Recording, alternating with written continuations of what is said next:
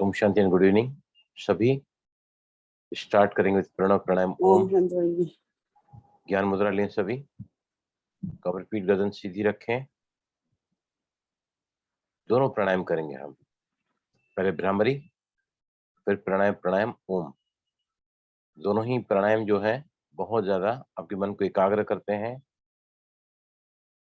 Meditation के लिए बहुत ही अनुकूल प्राणायाम है दोनों। तो सबसे पहले हम लेने जा रहे हैं भ्रामरी, टेंशन रिलीजिंग प्राणायाम, मन को खुश करने वाला प्राणायाम और नींद को गहरा बनाने वाला प्राणायाम। टेंशन रिलीजिंग प्राणायाम, ये दोनों हाथों के अंगूठों से कान के उठे हुए पर्दों को बंद करें, दबा के रखें, आंखों को ढांकें, धीमी गहरी सांस लें सभी।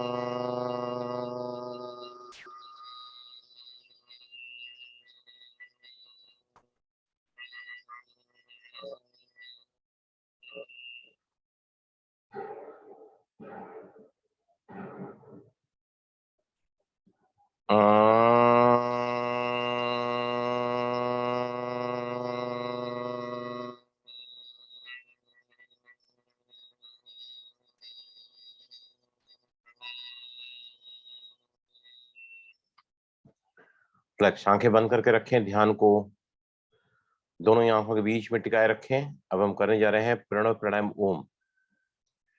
धीमी गहरी सांस लें, अ से स्टार्ट करें, 5% ऑफ योर एक्सहेलेशन कैपेसिटी। ऊ नॉट ओ, ऊ 80%, 80% और 15% म। ये स्लो ब्रीद इन। पहले पेट को बाहर निकालें, 4 काउंट पेट में सांस भरें, 4 काउंट चेस्ट में भरें, 2 काउंट रुकें और फिर अ उ म। स्लो ब्रीद इन।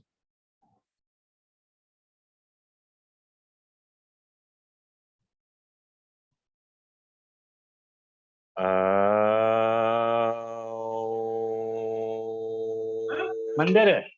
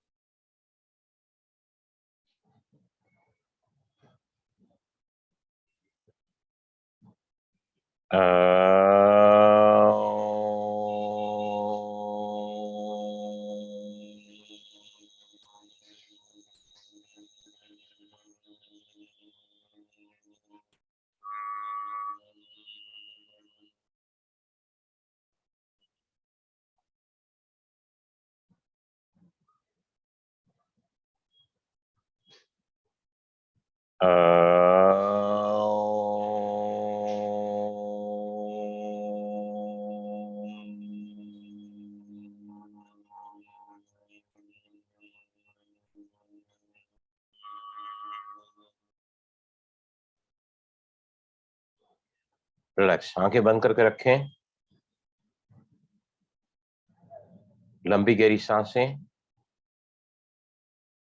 सांसों की गति को कम करती हैं, एकाग्रता को बढ़ाती हैं, मन को शांत करती हैं, ब्रेन की फ्रीक्वेंसी को alpha state, beta two alpha meditative stage में ले आती हैं। एक छोटा सा राजयोग मेडिटेशन का अभ्यास करेंगे सभी। जो जो मैं बोलते जाता हूं ऐसा विजुलाइज करते जाना है सभी ने। ये पंच तत्व का शरीर, अग्नि, वायु, आकाश, पृथ्वी और जल तत्व से निर्मित स्थूल शरीर देखें सभी। बंद आंखों से अपने भौतिक शरीर को देखें।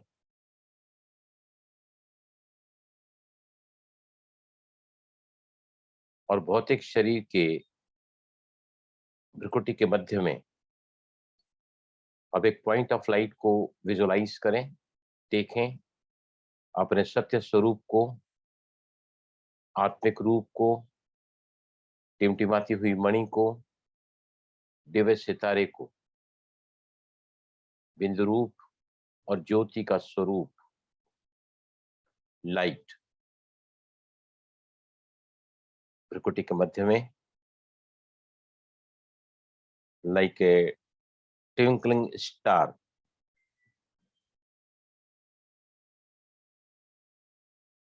इस लाइट से ही निर्मित होता है और एक शरीर जिसको कहा जाता है ऊर्जा का शरीर, प्रकाश का शरीर, बिल्कुल स्थूल शरीर के समान, लेकिन हमेशा ही आत्मा के साथ रहता है शरीर। जब इस देह त्यागता है व्यक्ति, तब ये शरीर, सूक्ष्म शरीर, ऊर्जा का शरीर, लाइट का शरीर आत्मा को ले जाता है दूसरे शरीर में, ट्रेवल करता है ये। विजुलाइज करें, ये मेरा ऊर्जा का शरीर, लाइट का शरीर बिल्कुल ही हल्का, लाइटर फील करें सभी।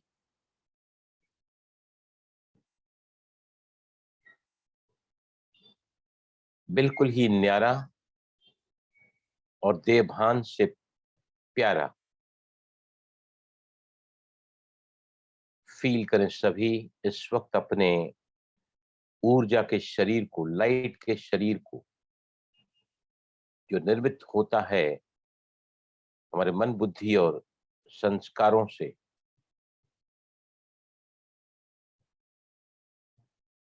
अब विजुलाइज करें, मैं सूक्ष्म शरीर के द्वारा इस स्थूल शरीर से निकलकर आसमान की तरफ फरिश्ता, जिसका देह के साथ कोई रिश्ता नहीं है, बिल्कुल ही उपराम, अनासक्त।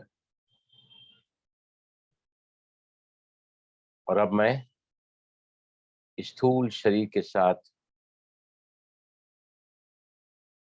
धीरे धीरे आसमान की तरफ, लाइक एन एंजल, विजुलाइज करें अपने सूक्ष्म शरीर को फरिश्ता के रूप में, विंग्स लगे हुए दो, और फरिश्ता धीरे धीरे आसमान की तरफ उड़ता हुआ, फीलिंग एब्सोल्युटली लाइटर, बहुत ही हल्केपन का एहसास।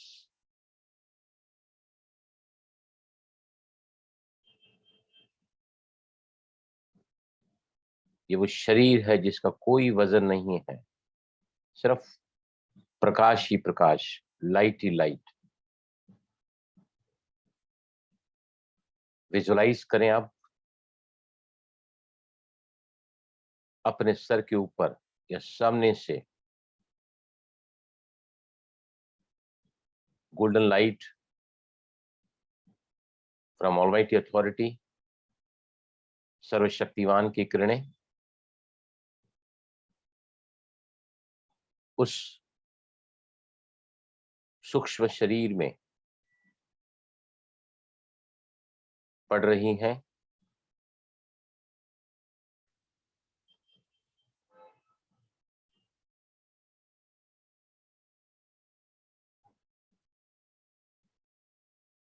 फील करें इन किरणों के सानिध्य में मैं फरिश्ता और भी ज्यादा शक्तिशाली, इन किरणों के सानिध्य में बनता जा रहा हूं।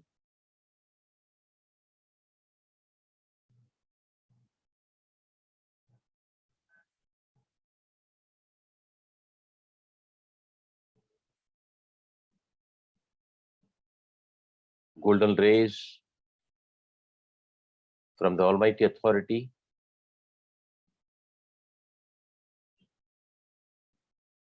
सर्वशक्तिवान से निकलकर मुझ में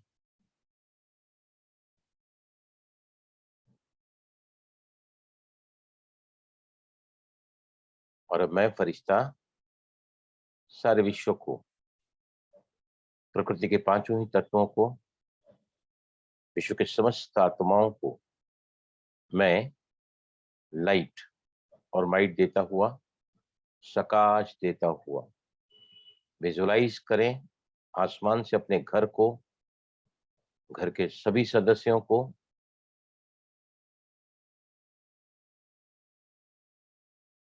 विजन बनाएं, मनोचित्रण करें।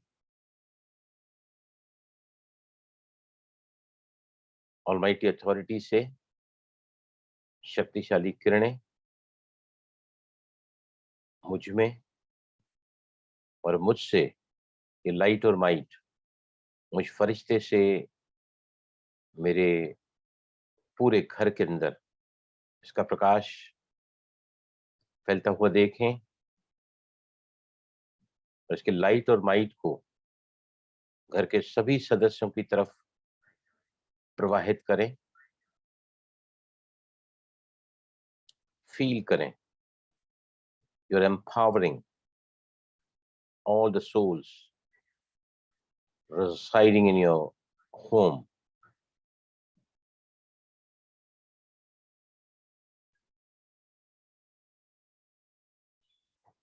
अब वापस प्रकाश के शरीर से धीरे धीरे आसमान से नीचे की तरफ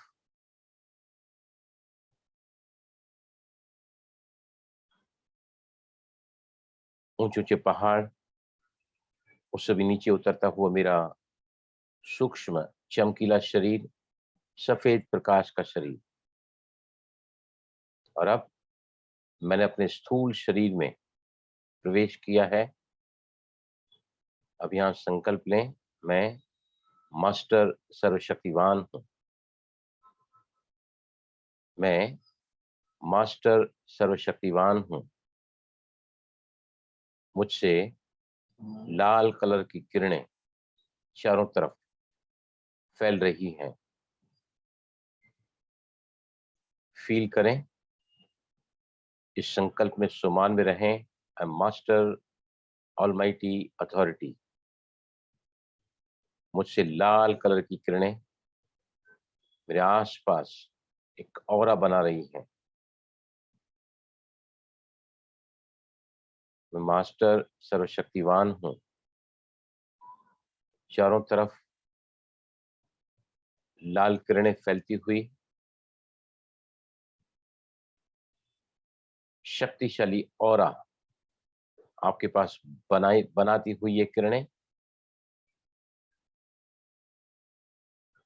एक एक संकल्प के साथ ये vibration, the vibes of energy, लाल रंग के रूप में, जो प्रकाश का स्वरूप होता है, लाल रंग शक्ति का प्रतीक। एक ऐसा आभामंडल चारों तरफ बनाया है आपने, और आप बिल्कुल ही सेफ हैं इसमें।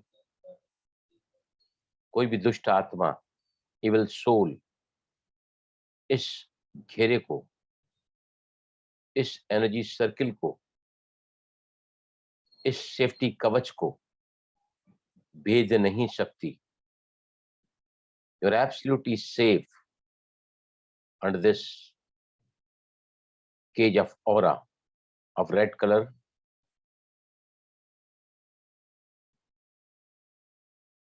सेफ्टी शील्ड है ये आपके लिए।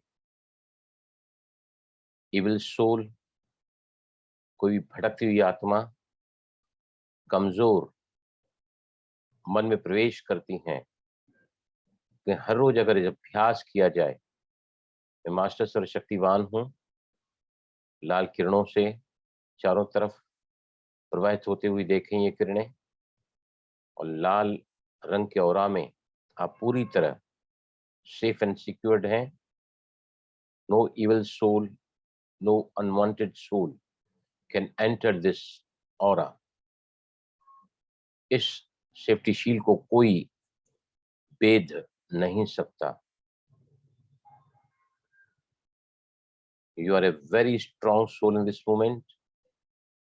बहुत ही शक्तिशाली अपने स्वरूप में आप इस वक्त स्थित हैं। फील करें, महसूस करें।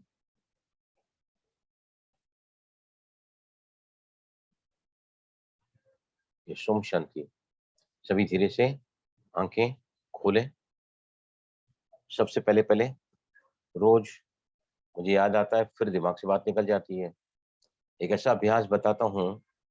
ब्रेन के दोनों, एक होता है हेड, एक होता है हार्ट, दोनों हेमिस्फीयर से ब्रेन के हमारे शरीर में ऊर्जा के तकरीबन 500 पॉइंट्स होते हैं। 500 उसमें 200 हमारे कान के आसपास ही होते हैं, कानों में। रोज हम कान को स्टिमुलेट करेंगे, रात को सोने के समय जिनको नींद नहीं आती है या बेचैनी रहती है, बहुत सारे स्वप्न दोष हैं जिनको, तो पहले ना कानों को पकड़ो नीचे से पकड़ो नीचे से कानों को और 10 बार नीचे की तरफ खींचो। 1 2 3 4 5 6 7 8 9 10। आप कान को बीच से पकड़ के पीछे की तरफ खींचो। 1 2 3 4 5 6 7 8 9 10। अब कान को ऊपर लोब से पकड़ के ऊपर की तरफ खींचे। 1 2 3 4 5 6 7 8 9 10। अब कान को नीचे लोब से पकड़ के रगड़ते हुए ले जाए ऊपर, ऊपर से नीचे, नीचे से ऊपर, रगड़े जोर से, रगड़ते हुए जाए ऊपर से नीचे, नीचे से ऊपर। अब जो है कानों को, आप भले ईयरफोन बाहर निकाले, कानों को अंदर बाहर से पूरी तरह रगड़े इसको, तो आपके सारे 200 एक्यूप्रेशर पॉइंट्स एक्टिवेट होते हैं। मैं किस तरह कर रहा हूँ देखें, करें। सभी कान को अंदर बाहर से रगड़ना है।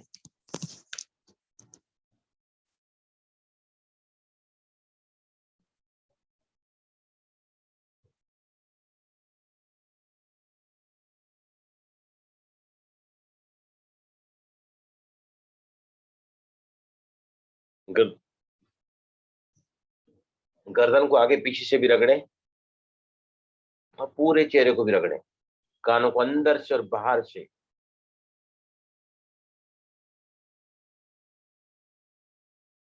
पूरी तरह रब करें। यस।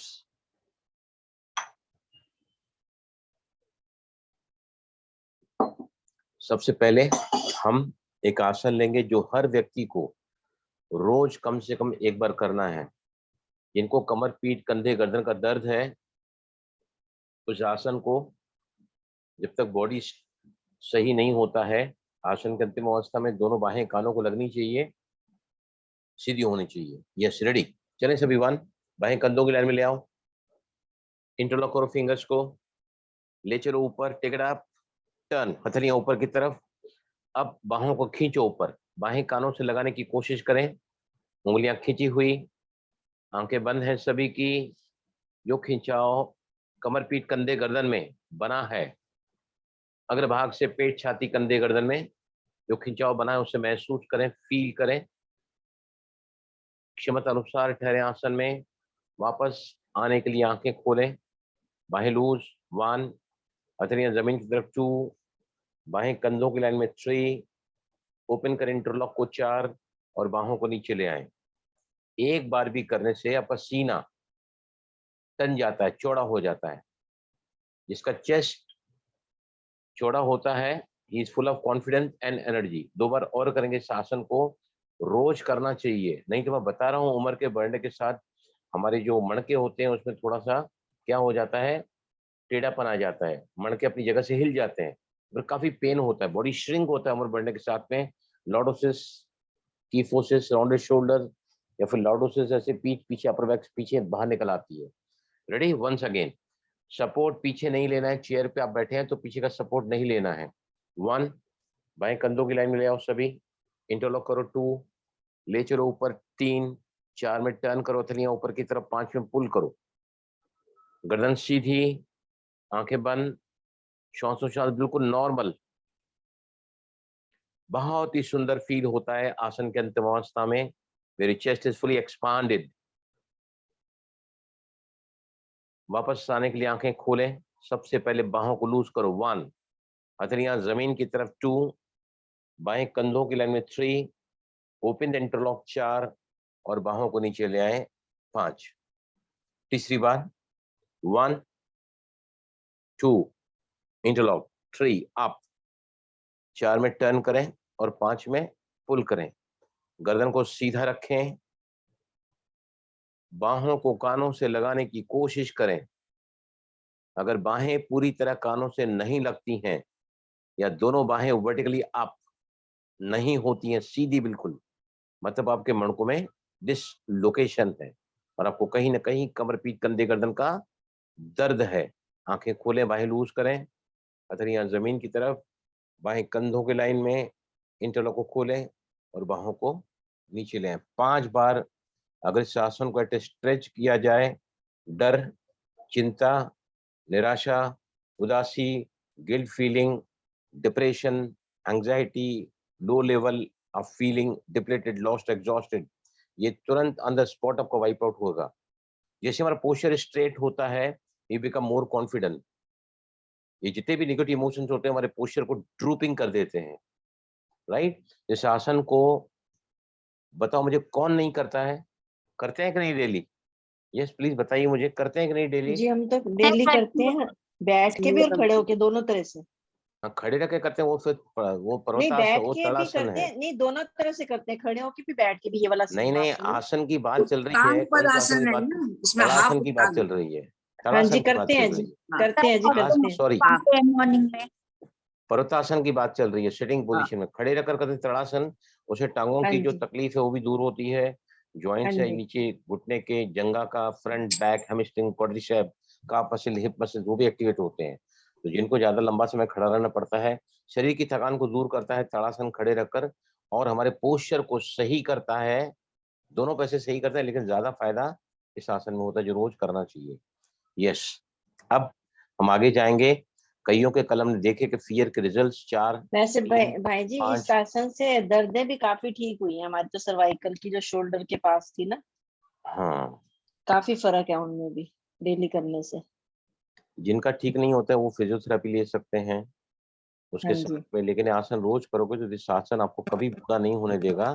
तो इस आसन से मेरुदंड युवा रहता है, मेरुदंड युवा है तो सदा ही युवा बने रहोगे। जी, मेरुदंड अगर वृद्ध है तो उम्र के पहले आप वृद्ध हो जाओगे, राइट। जी। अब आज के मेडिटेशन में कैसा महसूस हुआ कुछ? Yes please. हाँ सर, बहुत अच्छा लगा। आज मैंने जो बहुत कराया है ना, अभी जब 23 में न्यूक्लियर वार स्टार्ट होगा, 1 करोड़ पहले न्यूक्लियर बम से आत्माएं मरेगी लोग, और तब इविल सोल्स, भटकती हुई आत्माएं भटकेगी, और जो कमजोर मन होगा ना उसमें एंटर करके फिर अपना काम करेगी। लेकिन आप अगर आज रोज इसका अभ्यास करोगे ना, आसमान में चले जाओ, दिन में 1 या 2 बार कर सकते हैं, बिल्कुल अपने सूक्ष्म शरीर के साथ में, और वहां पे देखो कि पंख लगे हुए हैं मुझे, और सामने से किरणें परमात्मा की, ऑलमाइटी अथॉरिटी की, वो किरणें मुझ में आ रही हैं, और फिर वापस अपने शरीर में बैठे बैठे आप कर सकते हो, मास्टर शक्तिवान हो, और मुझसे रेड कलर की किरणें चारों तरफ वाइब्रेट हो रही है। जैसे आपका ऑरा जो है सेफ्टी शील्ड बन जाएगी, तो आपको कोई भी कमजोर आत्माएं अपने ग्रिप में ले नहीं पाएगी। ये बहुत ही जो सुंदर अभ्यास है फरिश्तेपन के, और दूसरा शक्तिशाली स्वरूप के। यस, अभी हमने कल देखा था कि अंकिता का मैंने लिया था, या भावना बहन का लिया था, उनका भी लेवल 0 नहीं आ रहा था, राइट। तो इसका मतलब क्या है कि ईएफटी आसान से आसान भी है और कठिन से कठिन भी तब हो जाती है जब हमारे कोर इश्यूज बहुत ज्यादा डीप रूटेड होते हैं। फॉर एग्जाम्पल सपोज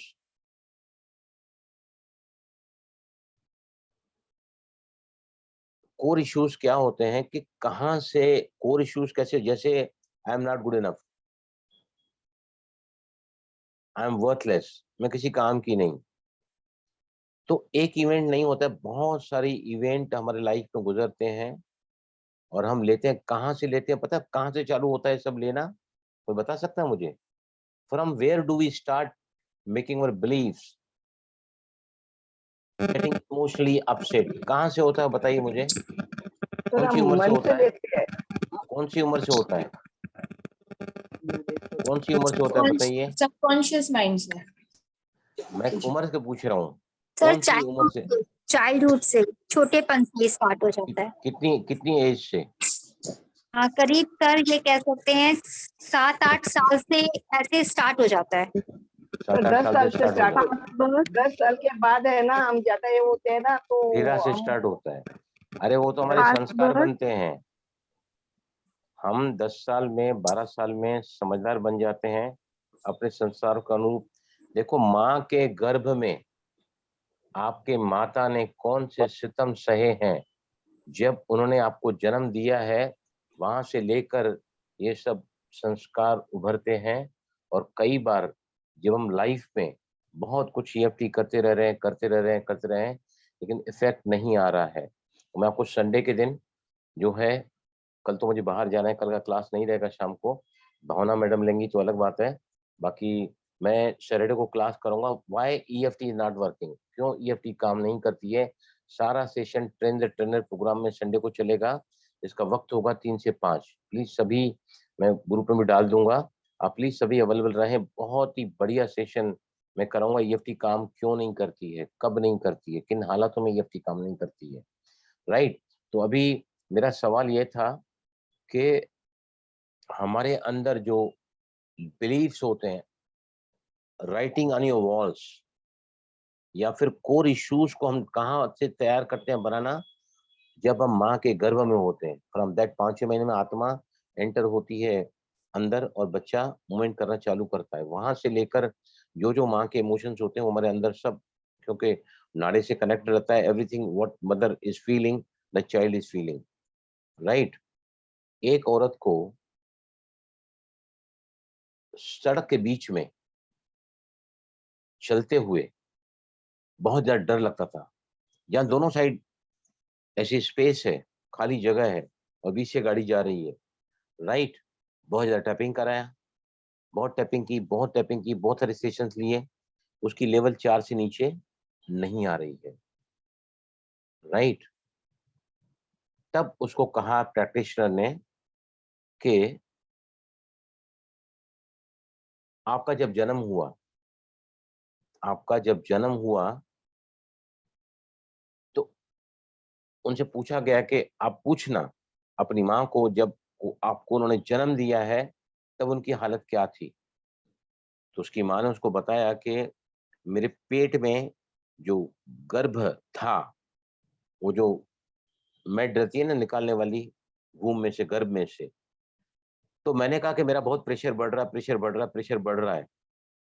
तो उसने कहा कि नहीं, आप अभी बच्चे को डिलीवर नहीं कर सकते हैं क्योंकि आपका सीजरिन का केस है। तो उसने उसको अलाउ नहीं किया।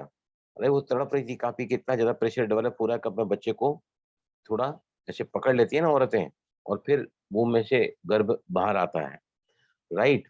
तो है ना, उसने उसको मना किया। तो मना किया तो क्या होगा, वो है ना बहुत ज्यादा बिस्तर में तड़पने लगी। इस तरफ देखे तो भी जगह है, नीचे जहाँ वो कॉट पे थी उस तरफ देखे तो भी कॉट पे थी, और ऐसे ऐसे करके है ना वो नीचे जाके गिर पड़ी, नीचे जाके गिर पड़ी। और बाद में उसका सीजरिन किया गया, और सीजरिन के समय पेन तो होता ही है सबको।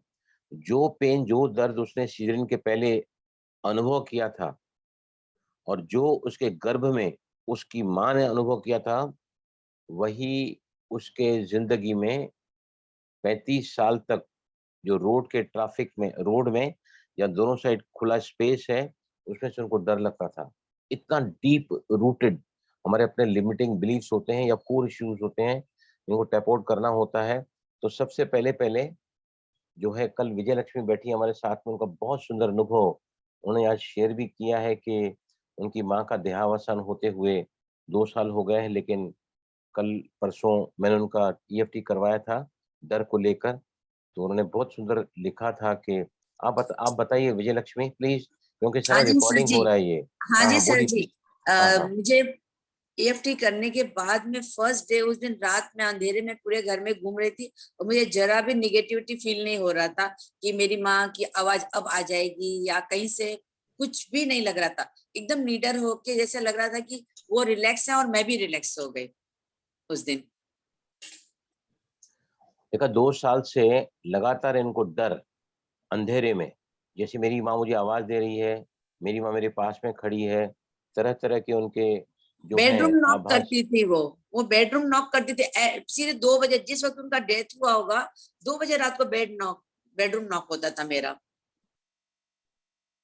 सुना आपने, कलेक्टर यहीं पे उनका कराया गया है EFT, और से उनका पूरा 2 साल का जो और है। और हाँ भी एक हाँ, बात है मुझे बोलनी, और मैं ये 2 दिन मैं अकेले रूम में सोई हूँ, मेरे मिस्टर बिल्कुल, बाहर वेरी गए गुड, हुए हैं। बहुत अच्छी बात है। तो देखिए कितना अच्छा प्लेटफॉर्म है ये, जहां से 2-2 साल की तकलीफ, डर की अंधेरे से माँ के ऐसा लगता कि शी इज बिफोर मी, 2 दिन के अंदर पूरा ठीक हो गया। तो अभी है ना, और किसी कुछ कहना नहीं तो मैं आज के सेशन के लिए आगे जाऊंगा कि कैसे कोर इश्यूज तक जाते हैं, कैसे कोर इश्यूज तक जाते हैं। Yes, please. Anybody has to say anything? Sir मुझे भी अंधेरे से बहुत डर लगती थी, और उस दिन हाँ। EFT करने के बाद मैं वापस गया रात को, फिर लाइट चला गया तो मैं डरी नहीं। मैं भगवान शिव बाबा को बुलाया है, मैं बिल्कुल 1-1.5 घंटा लाइट गया था, मैं डरी नहीं। मैं 0 बार का बल्ब लगा के सोती हूँ, वो भी वो व्हाइट कलर का, ताकि इतनी डरती है मैं, अंधेरा रहेगा तो बहुत डर लगता। हाँ, तो अभी मैं सो सकती हूँ, लाइट चला गया तो कुछ 2 घंटा लाइट गया था, बट मैं भगवान का नाम किया, वो उठ गया, मेरे को अभी जाके कुछ डर नहीं लगा, तो बहुत अच्छा फील हुआ। आज ओम हम है ना शांति। डायबिटीज का आज हम नहीं लेंगे। किसने कहा कि डायबिटीज के ऊपर लो? Let me complete on the fear. जिनका फियर की लेवल अंकिता की 4 है, भावना की भी लेवल बढ़ी हुई है, तो पहले late me complete this first कि कौन कौन से कोर इश्यूज आते हैं हमारे सामने। हम नहीं उनको जब तक लेकर टैपिंग करते we can not be fully corrected, right. Diabetes का वैसे जनरल लोगों को, even I am a diabetic patient डिस्पेक्टेड I totally and deeply live in सारा मैं दवाओं की वजह से परेशान हो गया हूँ। बहुत सारी परहेज मुझे करनी पड़ती है। बहुत सारे डायबिटीज को अंगनाशक कहा जाता है। डायबिटीज साइलेंट किलर है।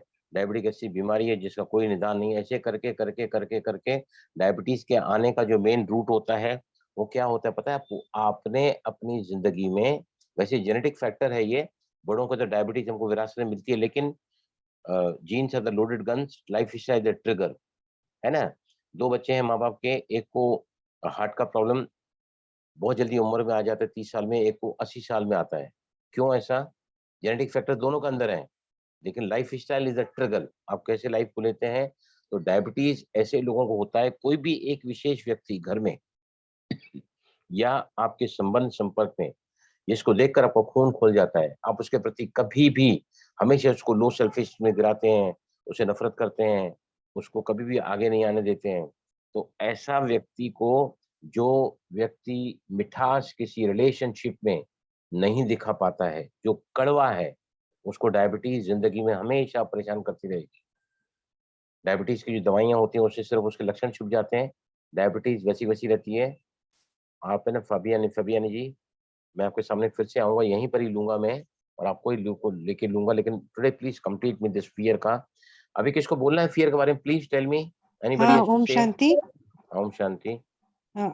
फियर मुझे जैसे सपने में बहुत ये आता है कि मैं ऊपर से कहीं ऊंचाई से गिर रही हूँ, या फिर सीढ़ी चढ़ते, या फिर रोड में भी जैसे जब ट्रैवल करते हैं तो मेरा एक्सीडेंट हो गया है, मैं सीढ़ी से नीचे गिर गई हूँ अचानक से, मतलब ये अपने से ही आ जाता है, कुछ सोचते नहीं उसके बारे में। तो आपने टैपिंग ब- किया है उसको लेके? नहीं, अभी तो तो टैपिंग नहीं फिर किया इसको लेके। हम रोज रोज क्या क्यों मिलते हैं? हम्म। यू शुड लर्न नहीं, इट ये ना, मुझे यू अचानक प्रैक्टिस याद इट। आया, और मुझे सपने में मतलब बहुत दिखाई देता है कि मैं ऊंचाई से गिर रही हूँ, और हदद से पहले छोटे में तो हदद से नींद खुल जाती थी। नहीं, आपको इसको अब लेकर टैपिंग करो, अभी मैं बताता हूँ आपको, हम्म, राइट।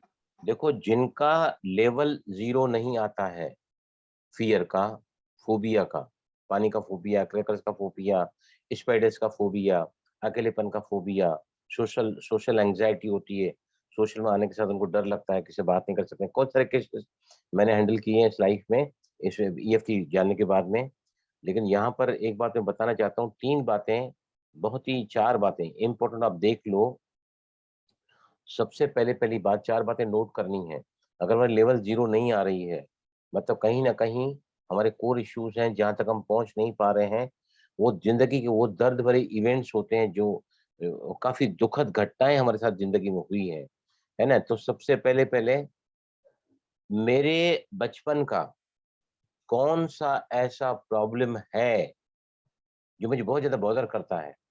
माँ बाप का प्यार न मिलना, या फिर बच्चे को बचपन से ऐसा लगता है कि I was not respected properly, या मुझे प्रॉपरली केयर नहीं दी गई थी, शायद मैं अनवांटेड चाइल्ड थी, माँ बाप को बेटा चाहिए था, मैं बेटी पैदा हो गई, ऐसे वगैरह वगैरह। तो सबसे पहली पहली बात मैं बता रहा हूँ आपको, आपके लाइफ में अगर कोई प्रॉब्लम इस वक्त, भले आपकी उम्र 50 साल है, 55 साल है, 60 साल है, और रिफ्लेक्ट कर रहा है कि मुझे अंधेरे से डर लगता है, मुझे अकेलेपन से डर लगता है, मैं बाहर जाने के साथ कोई निर्णय नहीं ले पाती हूँ, राइट। तो इसका मतलब ये है कि कहीं ना कहीं बचपन से उस प्रॉब्लम का संबंध जरूर रहा है। क्योंकि EFT क्या कहता है? Problem is not the real problem, जो समस्या मुझे इस वक्त लग रही है वो समस्या एक्चुअली वो प्रॉब्लम है ही नहीं, प्रॉब्लम कहीं और है जिसकी जड़ें जो है वो मेरे बचपन में है। तो सन नंबर वन पॉइंट आपको क्या आप चाहे तो नोट भी कर सकते हैं इसको। नंबर वन प्रॉब्लम है bothering problem of the childhood. मतलब बचपन से मुझे माँ बाप से वो प्यार नहीं मिला, बचपन से मुझे मतलब आई वॉज लैकिंग लव। जो भी हुआ हो, माँ बाप गुजर गए बचपन में, माँ बाप अलग हो गए बचपन में, उनका सेपरेशन हुआ है, what ever it is, right. Second चीज जो है, ध्यान से सुनना मेरी बात। अब जब हम ईएफटी करते हैं ना तो 3 बातें पूछते हैं।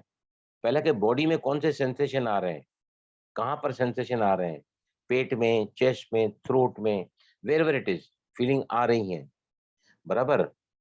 अब वो देखना है कि ऐसी फीलिंग इसके पहले मुझे कभी आई थी। एक व्यक्ति को डिप्रेशन के लिए जब टैपिंग कराया गया, उसकी लेवल 10 में से नीचे नहीं आ रही थी, 10 में से नीचे लेवल नहीं आ रही थी। उसको पूछा गया कि डिप्रेशन में जो कंट्रीब्यूटिंग फैक्टर है वो सबसे ज्यादा कौन सा है। उसने कहा कि मैं अपनी आंखों के आगे जब अपने रिश्तेदारों को मरते हुए देखता हूँ तो मुझे लगता है कि मैं अकेले रह जाऊंगा, बाकी सब मर जाएंगे। तो उसे जब लेकर टैपिंग कराया गया कि मैं हमेशा ही डरा हुआ रहता हूँ कि, या फिर उसके घर में वो एक व्यक्ति की मौत हुई थी 9 साल पहले, उसको लेकर टैपिंग कराया गया 9 years back, I lost this particular person. उसको लेकर टैपिंग कराया गया ना, तो उसके बाद में उसकी लेवल कितनी आई, 6। ध्यान से सुनना मेरा एग्जाम्पल ये, उसकी लेवल कितनी आई, 6। उसके आगे लेवल बिल्कुल ही नीचे नहीं आ रही है, लेवल बिल्कुल नीचे नहीं आ रही है, राइट। तो तब क्या हुआ, उसको है ना उसको पूछा गया कि तेरे बॉडी में कोई सेंसेशन आ रहा है क्या।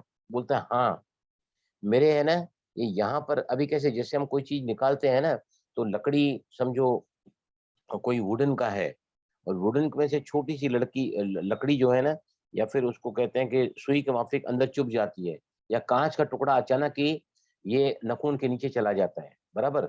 उसने कहा कि मुझे है ना अपने दाहिने हाथ की फर्स्ट फिंगर में ऐसा लगता है कि जैसे कोई चीज चुभ रही है, राइट। तो उसको पूछा गया कि ऐसी आपको चीज पहले कभी याद आ रहा है कि ये चीज आपको चुभी थी। उसने कहा कि मैं जब छोटा सा था 8 साल का, तब मुझे है ना घर में मेरे जो है चाचा गुजर गए थे और हम साथ में रहते थे। मुझे ऐसा लगा ना कि जैसे अभी ये गुजर गया तो और भी गुजर जाएंगे। तब से मेरे अंदर वो लिमिटिंग बिलीफ बैठा हुआ है कि भाई सारे घर के लोग गुजर जाएंगे, मैं अकेला रह जाऊंगा। और उसको है ना तब ऐसा फीलिंग हुआ था, तब ना उसको ऐसा यहाँ हुआ था कि जैसे यहाँ पे जो है कुछ ना कुछ चीज अंदर घुसी हुई है, राइट। उसके बाद उसको लोकल टैपिंग कराया गया कि मेरे लेफ्ट फिंगर में ये जो ऐसा लगता है कि जैसे कोई चीज अंदर लकड़ी का या कांच का थोड़ा उसका टुकड़ा घुस गया है, और मुझे बहुत ऑकवर्ड फील हो रहा है। उसको लेकर टैपिंग कराया ना, उसके एक राउंड में उसकी लेवल 0 आई और उसका डिप्रेशन पूरी तरह खत्म हो गया। क्यों खत्म हो गया, इसलिए बार बार बोलता हूँ अपने बॉडी के सेंसेशन को देखो, पहचानो what are the changes you are finding in your body. Because body में जब वो आप देखते हैं ना, फील कन से कहाँ वाइब्रेशन आ रहे हैं, वाइब्रेशन पहले कहीं ना कहीं आए हुए रहते हैं लाइफ में, और जब उसमें क्या हो रहा था तो फिर आगे डिटेक्टिव वर्क जो है वो इससे हम अपने प्रॉब्लम को जड़ से निकाल सकते हैं। तीसरी बात जो है, मैंने बताया कि अभी समझो कोई वर्स्ट एक्सपीरियंस आपको मिला है लाइफ में, अकेलेपन का, अंधेरे का, या फिर कोई भी फियर है, fear of spiders, fear of Heights, fear of water, fear of you can say social में जब आप जाते हैं समाज में, तो ऐसा वर्स्ट एक्सपीरियंस आपको पहले कब हुआ था। when did you got the same worst experience before this, उसको जब लेकर टैप किया जाता है तो प्रॉब्लम यहाँ नहीं है, प्रॉब्लम पहले है। आज मुझे 60 साल की जिंदगी में ऐसा लगता है कि न मुझे बच्चे प्यार करते हैं, न मेरा पति मुझे प्यार करता है। तो कहीं ना कहीं आपके बचपन में ऐसा कुछ हुआ है आपके पेरेंट के साथ में, जहां आपने फील किया है कि nobody loves me, I am not good enough. ये लिमिटिंग बिलीफ हमने बनाए हैं वहां से ही, अपने वॉल्स पे लिखा है। वॉल्स मतलब मेरे दिमाग में स्क्रिप्ट मैंने लिखी है कि कोई मुझे प्यार नहीं करता, I am not good enough, I am doormat. मतलब जैसे व्यक्ति को लगता है कि मैं किसी के लिए बने, मेरे लिए कुछ नहीं बना है, मैं दूसरों के लिए बनी हूँ, सब कोई मुझे यूज करते हैं। I am doormat, I am doormat मतलब जो घर के बाहर रहता है पैर पोंछने के लिए, कोई भी अंदर आता है बाहर जाता है पैर पोंछता है ना, उसको डोरमेट कहा जाता है। तो आई एम डोरमेट मतलब I am running in very low low self consciousness में। तो फिर वो कहाँ से लिखा था, कैसे लिखा था। और चौथी बात जो है ना, आपको क्या करना है, कौन सा ऐसा मेरा बिलीफ है, कौन सी मेरी ऐसी मान्यता है जो, जैसे कि फॉर एग्जांपल मैंने क्या बताया, लिमिटिंग बिलीफ क्या होते हैं कि मेरे लिए सुख बना ही नहीं है, अब मैं जिंदगी आसानी से जी नहीं सकती,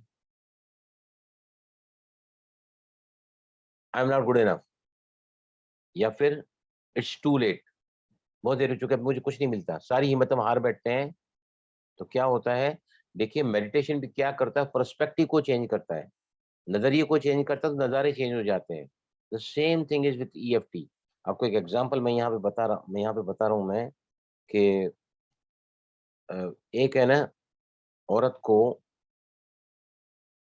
बहुत ज्यादा प्रॉब्लम था, वेरी क्रिटिकल केस, उनको ऐसा लगता था ना कि मैं जिंदगी में किसी भी अच्छाई के लिए बनी नहीं हूँ, मेरे साथ सब बुराई बुराई, सब बुराई बुराई बुराई बुरा हो रहा है। उसको पूछा कि क्या बात आपके लाइफ में हुई है, तो उसने कहा कि मेरी माँ ने, मेरे बाप के साथ हमेशा झगड़े होते थे। अभी वो 50 साल की है, 15 साल की उम्र में उनकी माँ ने उसके पति को छोड़ दिया, और माँ ने कहा था कि मैं जब भी जाऊंगी, उस बच्ची से कहा था कि मैं आपको साथ में ले जाऊंगी। 15 साल की उम्र है, राइट। और उसकी माँ ने घर छोड़ दिया, फिर कभी पलट के वहां देखा नहीं। अभी कितनी उम्र है, 50 साल। सफरिंग कितने साल की है, 35 साल की सफरिंग है कि मेरी माँ ने मेरे से धोखा किया है। मेरी माँ ने जाने के समय मुझे ये भी नहीं बताया कि मैं जा रही हूँ, कुछ नहीं, और नहीं कभी पलट पलट के मुझे देखा, राइट। तो जब इसको टैपिंग कराया गया, कैसे, अभी ध्यान से सुना मेरी बात, कि कैसे कैसे ये कंटिन्यूस डिटेक्टिव वर्क है, ये इसका पूरा समिट होता है साल में एक बार, पूरे विश्व के लोग आते हैं वहां पर, अपने अपने ईएफटी के कैसे केसेस को सॉल्व करते हैं ना, उस समिट में वो सब मतलब बताते हैं अपने अनुभव। तो उनको लेकर जब टैपिंग कराया गया कि मैं पिछले 35 साल से जो धोखा मैंने अपनी माँ से खाया है, उसकी वजह से मैं जिंदगी आज भी एक बोझ के समान जी रही हूँ, फिर भी अपने आप से प्यार करती हूँ, स्वीकार करती हूँ। 3 बार उसने किया। फिर मेरी माँ की बेवफाई, बेरहमी, उसने कभी मुझे अपना नहीं समझा, ऐसे ही चली गई मुझे छोड़ के। वायदा किया था उसने, उसका प्रॉब्लम तो उसके पति के साथ था, मेरे पिता के साथ था, लेकिन उसने मुझे छोड़ दिया अकेला। ऐसा करके टैपिंग कराया ना, तो उसको समझ में नहीं आ रहे थे कौन सा इमोशंस, उसके अंदर कोई इमोशन नहीं आ रहे थे। वो इतनी ज्यादा पीड़ा में थी, इतनी ज्यादा सूख गई थी वो, इतने जैसे हम है ना फ्रोजन हो जाते हैं, कुछ बोल ही नहीं पाते हैं। तब उसको कैसा टैपिंग कराया गया, सरोगेट टैपिंग।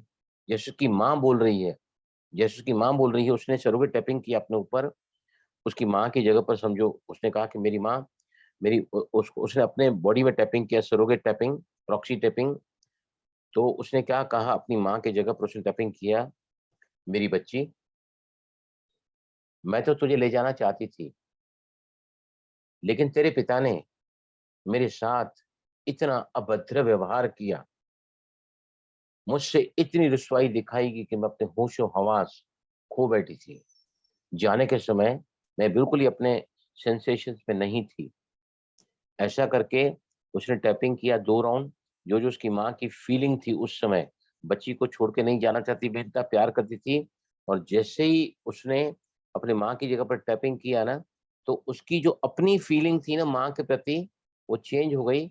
उसको रियलाइज हुआ कि मेरी माँ न जाने कौन सी मजबूरी में मुझे छोड़ के गई है।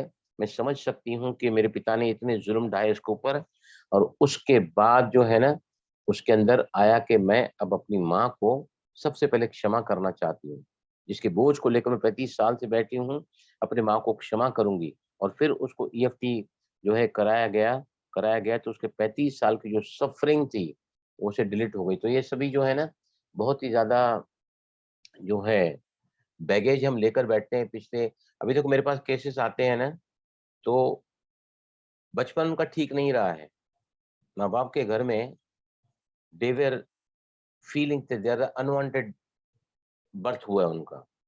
तो बचपन की जो भी बातें हैं उनको लेकर टैपिंग करोगे तो धीरे धीरे टैपिंग क्या करते हैं, वो आपके जो जो हिडन एस्पेक्ट्स हैं, आपके जो छुपे हुए जो इमोशंस हैं या फिर बातें हैं, घटनाएं हैं, दर्द भरी घटनाएं हैं, वो अगर वो है ना याद आने लगती हैं। अगर आपको कोई भी घटना कुछ भी याद नहीं आता है बचपन का, तो क्या करेंगे बताओ? यू डोंट रिमेम्बर, बहुत छोटी थी, क्या वो मुझे पता नहीं है? क्या कर सकते हैं उसके लिए? फिक्शनल। फिक्शनल मतलब काल्पनिक रूप से आप टैपिंग करो कि मेरा बचपन जिंदगी में इस तरह गुजरा है कि मुझे एक पैसे का सुख माँ बाप से बचपन में नहीं मिला है। My entire childhood was lost. I never ever could get the love from my parents, right? और है ना, फिक्शनल करो कि मेरी माँ ने कभी मुझे उठाया नहीं। मेरी माँ किटी पार्टी में जाती थी, दोस्तों अपनी सहेलियों के साथ रहती थी, मेरे को क्रैश में पढ़ाने छोड़ जाती थी, 1-2 बार तो दारू भी पीती थी और मुझे वहां से लेने को भी नहीं आई। तो ऐसे है ना, आप फिक्शनल बनाओ, मतलब इमेजिनरी, काल्पनिक आप बनाओगे ना, तो डेफिनेटली ईएफटी आपको ट्रुथ की तरफ ले जाती है जो आपको याद नहीं आ रहा है। You getting my point? अभी एक जैसे सीजरिंग का केस है हमारे पास, उसकी लेवल अभी 0 आई है। जो केस था ना जिनको फिट आती थी, उन्होंने मुझे कल मैसेज भेजा कि सर अभी मेरी लेवल 0 हो गई है, अब मैं क्या करूं? राइट? तो मैंने कहा कि आप है ना एक काल्पनिक बनाओ, बहुत जोर से आवाजें करके, कैसे कैसे आपको फिट आती है, हाउ यू फील, आप क्या देखते हैं, आप क्या सुनते हैं। तो सब पांचों ही सेंसेस को लेकर है ना बहुत ऊंची एग्जेगरेटेड फॉर्म में आप उसको ईएफटी करो। अगर कुछ भी एस्पेक्ट रहा हुआ है तो उभर कर आएगा, वो लेवल फिर से ऊपर आएगी। और फिर अगर नहीं आती है तो that means everything is finally over. तो फिक्शनल, मगर आपको याद नहीं आ रहा था मेरे साथ क्या क्या जुल्म हुए हैं बचपन में, मेरे माँ बाप, क्योंकि जिनके बच्चे माँ बाप आपस में झगड़ा करते हैं या जिनके घर में बहुत सारे, पहले तो बच्चे बहुत सारे होते थे ना, 8-8 10 बच्चे होते थे, इसको लड़की की चाहिए थी लेकिन चौथी बार भी लड़की हो गई है। तो ऐसे बच्चों को, जैसे फॉर एग्जाम्पल किसी को पता चला कि मेरे गर्भ में बेटी है और ये चौथी बेटी है, मैंने चौथा गर्भ धारण किया है, माँ बनने जा रही हूँ मैं, ताकि मुझे एक बच्चा चाहिए, मुझे बेटा चाहिए, राइट?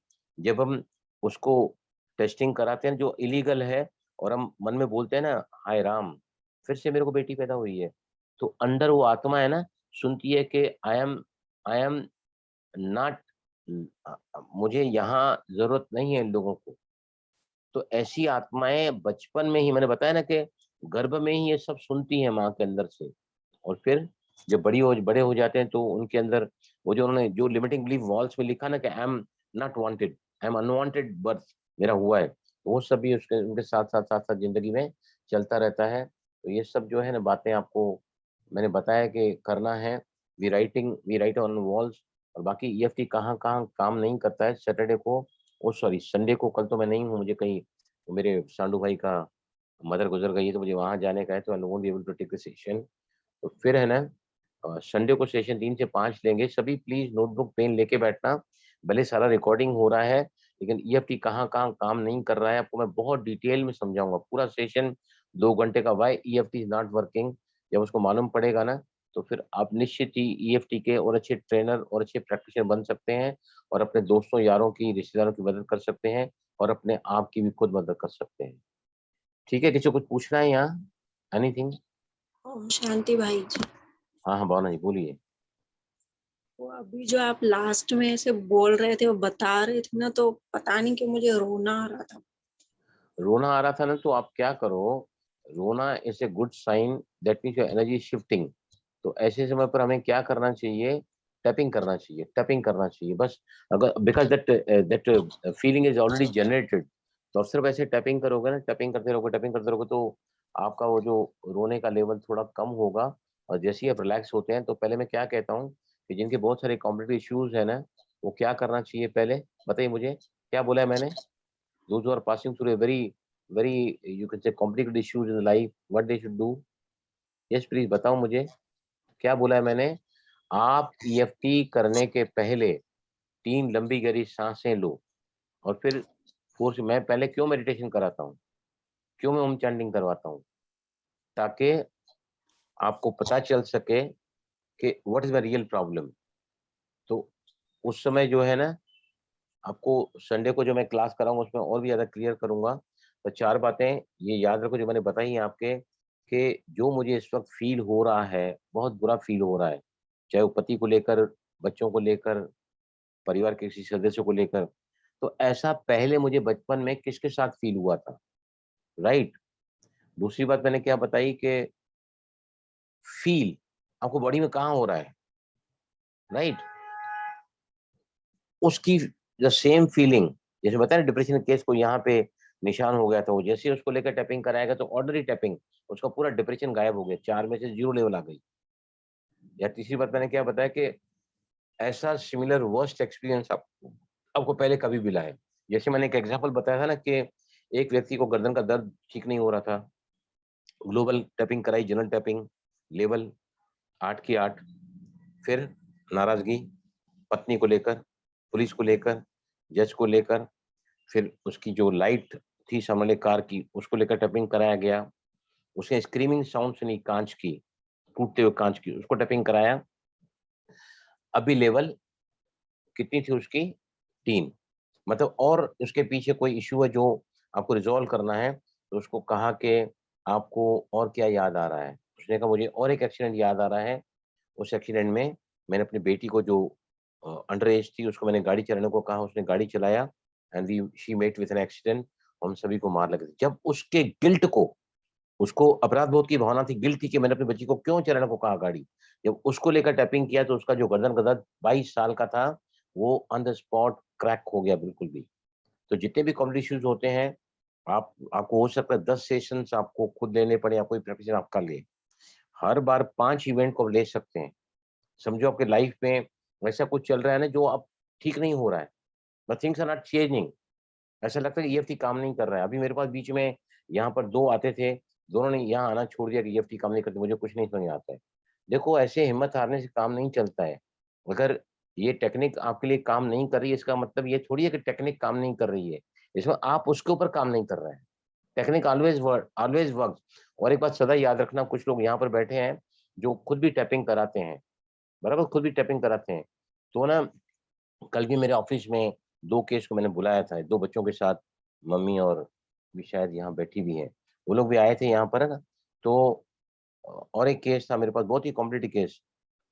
तो है ना, मेरे को जब लोग बोलते हैं ना ईएफटी आपने बलराम आपने मुझे ठीक कर दिया, बलराम आपने मेरा डर निकाल दिया, तो मैं हमेशा ही, गैरी क्रेग क्या कहते हैं कि कभी अपने आप को क्रेडिट मत दो, ईएफटी को क्रेडिट दो। The technique which is solve your problem, always be thankful and don't take your credit. जिस दिन आपने क्रेडिट लेना चालू किया ना, मैंने ठीक किया है, मैं लोगों को ठीक करता हूँ, तो आपका पावर खत्म हो जाएगा। I am simply an instrument.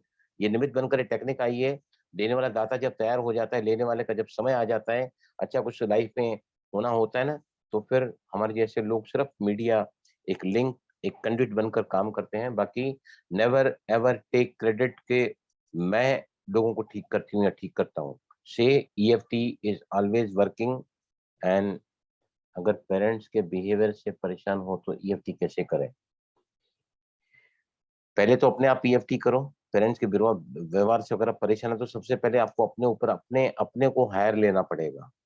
आप अगर कुछ भी बदलाव देखना चाहते हैं ना, तो अपने नजरिए को, आपका नजरिया अगर ऐसा है कि मेरे माँ बाप गए गुजरे हैं, मेरे माँ बाप कभी प्यार नहीं दे सकते, वो हमेशा झगड़ा करते रहते हैं, आपका जो परसेप्शन है, पर्सपेक्टिव है, वो जब तक चेंज नहीं होता, कब तक चेंज नहीं होगा? जब तक अपने आप को हल्का नहीं कर देते हैं। Tap on your body. मैं आसपास के सीन को देखकर बिल्कुल ही विचलित हो जाता हूँ, परेशान हो जाता हूँ, और फिर नेगेटिव टैपिंग करो। पहले अपने आप को रिलैक्स करो एंड देन ओनली। देखो कोरोना की वजह से मेरे फैक्ट्री में बहुत प्रॉब्लम आया था, पूरी फैक्ट्री तहस नहस हो गई थी, आई वाज टोटली लॉस्ट।